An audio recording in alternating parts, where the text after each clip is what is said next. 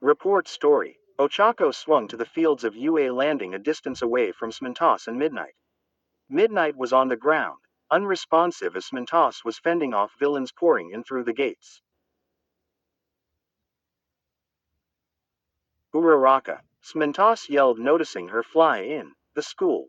Find Midoriya. He was the only student left in there. Smintos didn't need to tell Ochako twice. Ochako examined the school quickly before noticing where the explosion had occurred. There was a huge hole in the side of the school's foundation, along with a huge crater in the grass. She ran to the crater and grappled her way through the whole of the school. Glass, dust, and cement covered the hallways. Ochako coughed and put her elbow to her mouth, squinting and looking around for her green-haired love. Her eyes caught what used to be the stairwell. Her eyes grew wide with terror. There Izuku was, burned, bruised, knife cuts everywhere with glass shards sticking out a few places around his body. Who equals his body was leaned up against the wall, blood spilling from him. Izuku, she yelled as she ran towards him. She lifted his head slightly in his arms.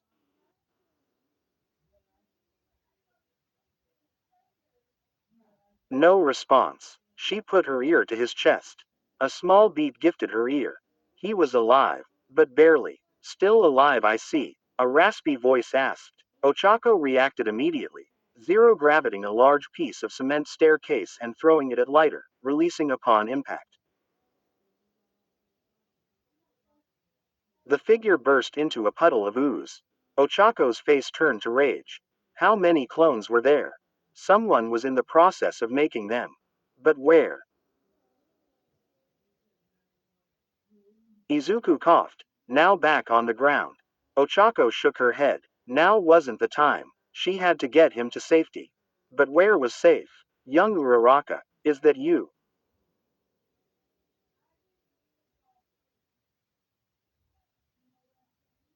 A familiar old but strong voice said. All Might. The skinny blonde appeared from through the dust. I came back to look for young Midoriya. He told me to take young Eri and... Oh no. All Might said quietly, his eyes catching Midoriya. Where can we take him? He needs help. Now. Ochako said, activating her quirk on Izuku, now holding him close. Recover Girl and other students who weren't in the hero course are at the dorms. We can take him there. All Might said. The two rushed to the dorms, Ochako holding Izuku still as she ran. Don't you die on me. Ochako said, one arm wrapped around Izuku, the other gripping her necklace he had given her. Oh my. Recover Girl said as Ochako laid Izuku on the common room couch. Can you save him? Ochako asked. Recovery Girl stayed silent for a minute before responding. I can do my best, but he's lost a lot of blood. Recovery Girl immediately went to work. Students of the business and support teams were taking shelter. Class 1A and 1B, along with the higher-up classes, were nowhere to be seen.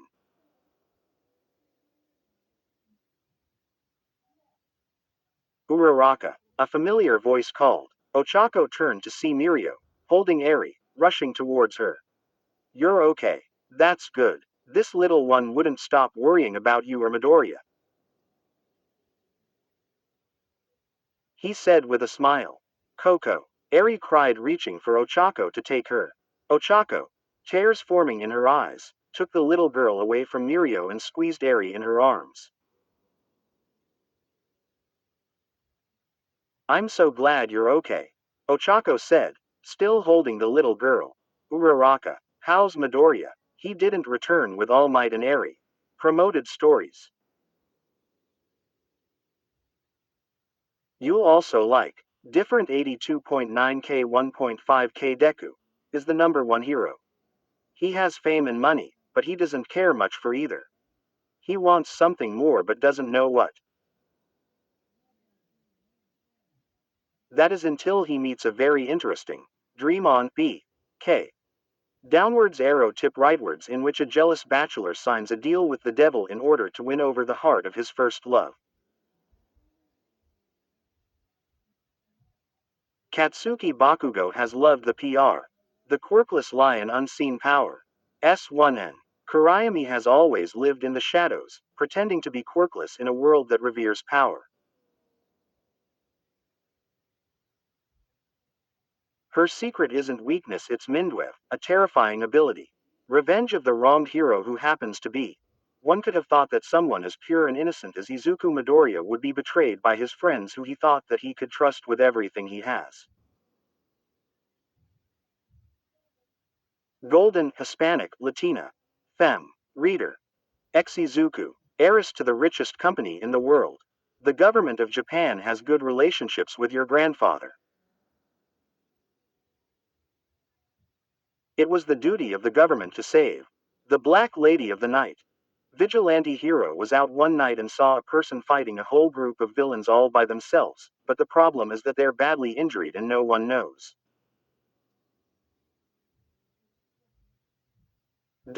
Symbol of hope Izuku X hair, named weapon of a true hero. This is the old version. The new rewrite can be found in Archive of Our Own, under a new name. Red Halo heroes today are corrupted by. Ochako gave him a grave look before turning towards Izuku on the couch, surrounded by All Might and Recovery Girl. His wounds were healing but not fast enough. Mirio looked horrified as he rushed to Midoriya. Eri couldn't look away. Eri, you shouldn't look at that. Izuku will be just fine, okay? Ochako said, stroking the girl's hair.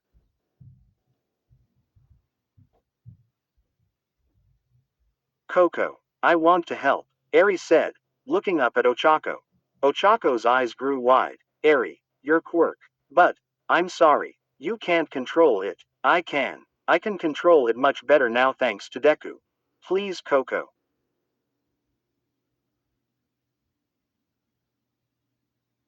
Eri said, her eyes watering. I want to save him. He saved me. I want to be a hero like Deku. If you're going to save him, we need to take him to another dorm building. Once the villain realizes Midoriya is still alive, he'll return to the dorms. Right now we are in the third year's dorms. Recovery Girl stated, walking towards them. We'll take him to our dorms. Once we get Izuku awake and healed, we'll go from there. Ochako said. Recovery Girl gave her a look. Are you sure Eri can control her quirk well enough? Recovery Girl asked. I've notified Aizawa and he said he'll be here soon. Whether that is quick enough, I'm not sure. She can do it, I believe in Eri. Besides, we're running out of time. Ochako said, looking back at the green-haired boy, still bleeding on the couch. I'll go with them, Recovery Girl. You need to stay here in case any more are injured. Suddenly the door burst open. Momo Yaoyorozu carrying a still blue-tinted Shoto. Recovery Girl, please help, she called. She collapsed at the door under Shoto's weight. Some of the third years helped pick Shoto off of her and carried him to a nearby couch next to Izuku.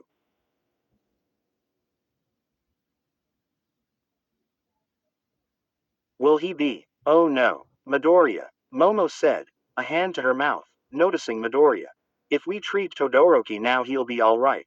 I'll handle Todoroki. Uraraka, All Might, take Midoriya and get to the Class 1A building. He doesn't have much time. Recovery Girl said swiftly, now focusing her attention on Shoto. Ochako used her quirk on Midoriya, All Might taking grasp of him. I'll go with you, Momo said.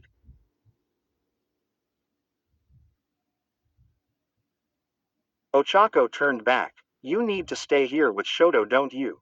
Ochako asked, looking at the creation hero. Momo shook her head. Recovery Girl said Shoto would be fine. He would tell me to help protect you. I'm assuming we're moving Izuku since he's one of the targets. I'll help.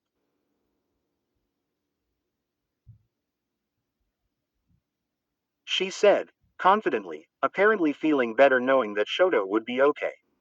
Ochako nodded, turning and rushing out of the dorms into the night. All Might, Eri, Ochako, and Momo rushed towards the Class 1A dorms, Ochako holding Eri and All Might holding Izuku. Ochako looked out at the city. The fires were put out for the most part, however the fighting could still be heard from a distance away. Momo opened the door first, allowing the people carrying others to be led in first. All Might carried Izuku to his room and sat him down on the bed. Ochako followed inside while Momo stayed outside the door, keeping guard, creating a metal pole for defense. Ochako carried Eri towards the bed where Izuku lay, his breathing fading. Okay, Eri, are you sure you can do this? Ochako said, looking into the silver-haired girl's eyes. Eri nodded. Okay then, I believe in you. Ochako set the girl down and Eri walked towards the boy in the bed. Eri placed her hands on Izuku's arm and took a breath, closing her eyes. Her horn started to glow yellow. The process had started. Aizawa swung through the streets with his scarf, staring at any small villain he saw, knocking them out as he passed with a singular hit. The police were on the scenes now, collecting any villain they saw beaten. The agency's fires were being put out, however many of the fires had spread. Help me please, a civilian cried from an apartment building, waving his arms out the window. Aizawa swung up, bursting through the window and grabbing the man by the waist. Aizawa jumped out and swung from a lamppost down to the ground. Thank you so much, the man said, now bowing on the ground. However, Aizawa was already in the air swinging away. Iowa had saw the explosion from the school. Midnight and Smentos must have been overrun. Multiple clones of Gaslighter and the villain Dobby were defeated, however that means the League of Villains was involved in this. What was their goal? Why team up with an amateur villain like Gaslighter? A distraction. But for what? Suddenly, a flurry of red and yellow blew past Aizawa, rushing towards the school building.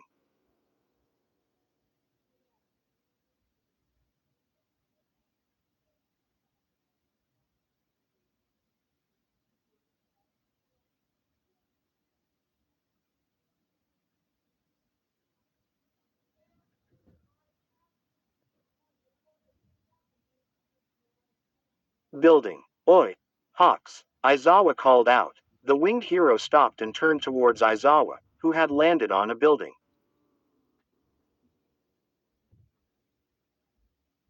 You wouldn't happen to know anything about this, would you? Aizawa asked, his hair standing up just a bit. Hawks shook his head. Nothing, unfortunately. Where's Endeavor? I need to speak to him. Urgently. Hawks said, floating in the air. A sudden flurry of flames shot into the air, orange and brilliant. There's your answer, Aizawa said. Hawks turned to fly towards the flames. Hawks turned towards Aizawa again, a bit annoyed. This was urgent business. Why was Aizawa stopping him for casual chit-chat? However, the look in Aizawa's eyes were intense. My students are being dragged into this. I hope you know what you're doing, Aizawa said menacingly. Hawks stared into Aizawa's yellow shield glasses before turning his red-winged back towards him. I don't know what you're talking about. I do everything in accordance to this society. I think you have a school to get to, Hawks said before flying away at an incredible speed. Hawks soared through the warm night sky, smoke and wind brushing past him. This wasn't part of the plan. This was unexpected. This hurt the plan happening in spring. Hawks clicked his touch and soared faster towards Endeavor. Aizawa watched from his building as he watched Hawks soar. He took a deep breath as he jumped off the building and swung once again towards the school. Izawa landed at the gate of the school, running through the entrance where Smintos was holding Midnight, the groan littered with unconscious villains, goop from defeated clones, and a few level 0 robots. Smintos, where are the students? Is Midnight all right? Izawa asked. Jogging towards the rectangular man, Smintos angled his head towards the dorms a distance. They should all be in there, along with Recovery Girl. Midnight should be fine, but she needs medical assistance. How is it looking out there? Smintos asked.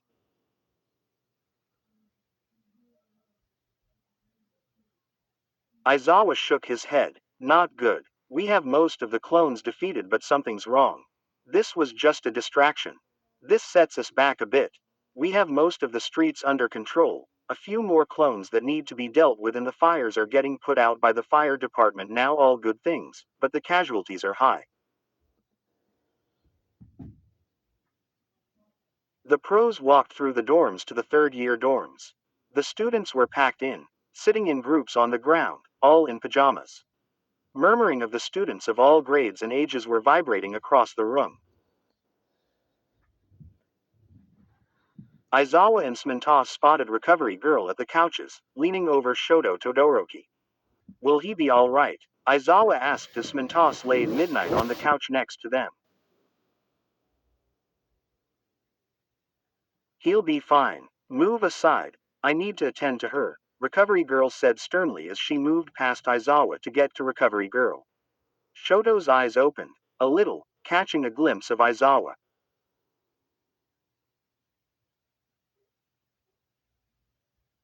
Sensei, where's Momo? He asked, trying to get up. Izawa pushed him back down. Fix your temperature, then we'll talk, Izawa said, now scanning the room. Recovery Girl, where's Midoriya? Izawa asked. In the Class 1A dorm. You need to go check on him. Now, he was attacked by a clone and he isn't looking too good. Mirio left after him a little bit ago as well. She said without looking up from Midnight. Smintos, I'll stay here, don't worry. Smintos said. Go. Izawa bolted out the door and across the night field until he reached Class 1A's dorm. He busted through the doors, only to be greeted by a cannonball being shot at him, barely missing him by inches. The cannonball went through the frame of the door, causing the wood to splinter, the ball landing in a tree a distance away. Sensei, I'm sorry, I expected you to be a villain with how fast you came in. Momo said, leaning over a cannon. Izawa shook his head, walking towards her. Rather safe than sorry. Is Midoriya in there? He asked. Momo nodded as Izawa opened the door to Izuku's room. Izuku was laying on his bed, bloodstains splattered over his sheets. All Might, Ochako, Eri, and Mirio all surrounded him, Eri gripping him by the arm, tears tunning down her face. All Might, what's going on? Izawa asked All Might. All Might looked at him with dead eyes. Young Eri rewinded his wounds. Young Midoriya should be fine now. But, Sensei, he won't wake up. He's cold. I don't understand. He's healed, so why won't he wake up? Ochako said, trying her best not to start bawling. Izawa looked to say Izuku, not a scratch on him, however he was still unconscious. The weight in Izawa's chest grew. He had hoped Izuku's quirk would come back in the moment of need, or Eri could rewind him. However, neither seemed to be the case. I don't know what's wrong. Why won't Deku wake up? He isn't dead. Deku wouldn't die. Eri said, now holding Ochako by the leg. Aizawa walked up and felt Izuku's hand. It was ice cold. Ochako started, leaning down and gripping Izuku's arm. I. Suddenly an explosion could be heard right outside the door. Where stories live. Discover now.